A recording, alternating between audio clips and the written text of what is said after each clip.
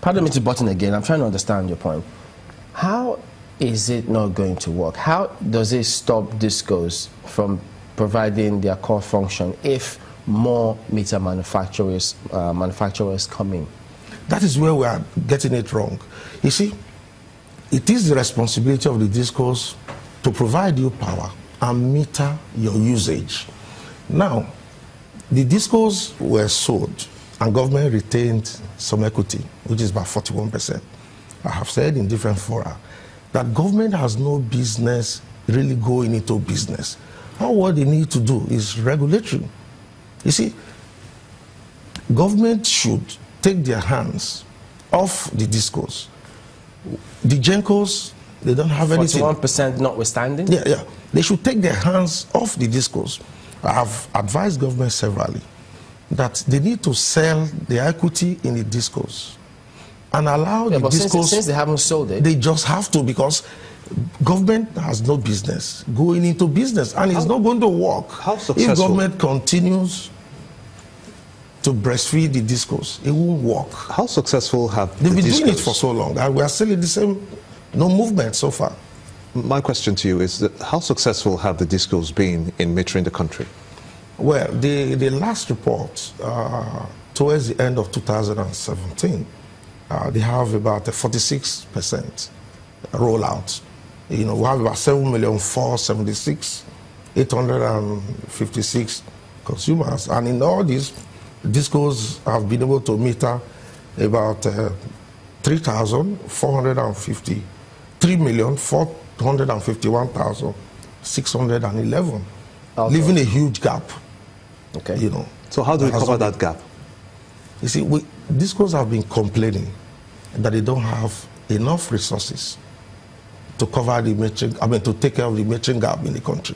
And that was why I've always been advising government that the way to go out of this problem is for government to sell their equity in the discos and allow discos recapitalize. Is it because the government is still part of it that they are unable to do that now? I don't understand. I believe so. Don't forget, I said metering is quite important. Before the metering, before discos came on board, and they were raking so much money from consumers. Through estimated, who was raking the money? The initial PACN before. Then when discos came on board, remember, there was a lot of issues with... okay, we need to go to break. But we'll let you conclude your thoughts in just a moment. Don't go away. Okay.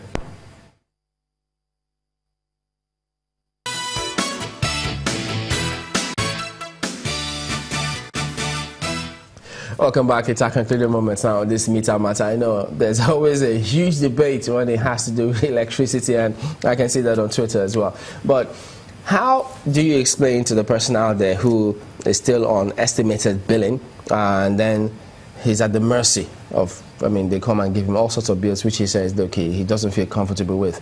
How do you tell that person who thinks that the discos have not demonstrated that capacity to meet up with the metering challenge, and then telling them that, look, the minister is wrong to say they want more meter manufacturers to come in to help those people get off estimated billing platform? You see, if government don't take their hands off completely, the system will not work. Like the example I gave you, the telecoms industry is there for anybody to see as a modem. You see, deploying meters is not really rocket science. Allow the discos to recapitalize. It is their responsibility, as I said earlier, for them to do it. When they have enough funds, they can now deploy the technology that is required to ensure that they roll out these meters and meet the yearnings of consumers. The ones that were rolled out, did they deploy the technology?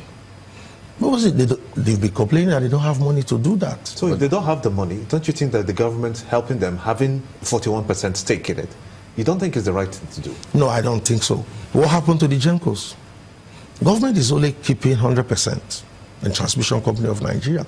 Even it's been canvassed that they should also look for a way, to unbundle that as well. So that, you see, Gimba, what will happen is that once this is done properly, at the initial stage, you might be paying very huge electricity rates, but with time, it will definitely come down. No. It's not. The people are paying. Should I use the word now? Huger, because the tariffs are going higher every day. So if they are unable to meet up ends, you do know, of course, the minimum wage is just about 18,000 naira. So if you are getting billings of 10,000 naira monthly, and then the government steps in to say, okay, let's make these meters available as quickly as possible. Let's bring in people like you, for instance, local manufacturers, if we have to import them, and then have people with this metering system. Why is it such a problem that the government must hands off? It shouldn't be midwifed by the government. That's the point I'm making. It shouldn't. You see, currently we have local manufacturers of meters. So let the discourse dialogue with these local manufacturers. Let them go into an MOU directly with these local manufacturers, not government coming to midwife it. But it's the same thing. No, it won't work, because you see, when government provides the fund, don't forget, these are private entity, and government is having issue funding so many other areas that are calling for government attention. Even the government may say, how are they midwifing it? They're only saying that they want to allow others come in. But I'm afraid that's all the time we've got. That's how far we can go. We, of course, will focus on this in the days ahead, so we barely scratch the surface. Arthur Usiago is the managing director of CCS Technologies Limited. Thank you for coming on this morning. Thank you for having me. Well, that's the show today. We thank you all for watching. We'll see you tomorrow. I'm Chamberlain Uso. And I'm Gemba Omar. Thank you, Amaokbe Ogun Yusuf.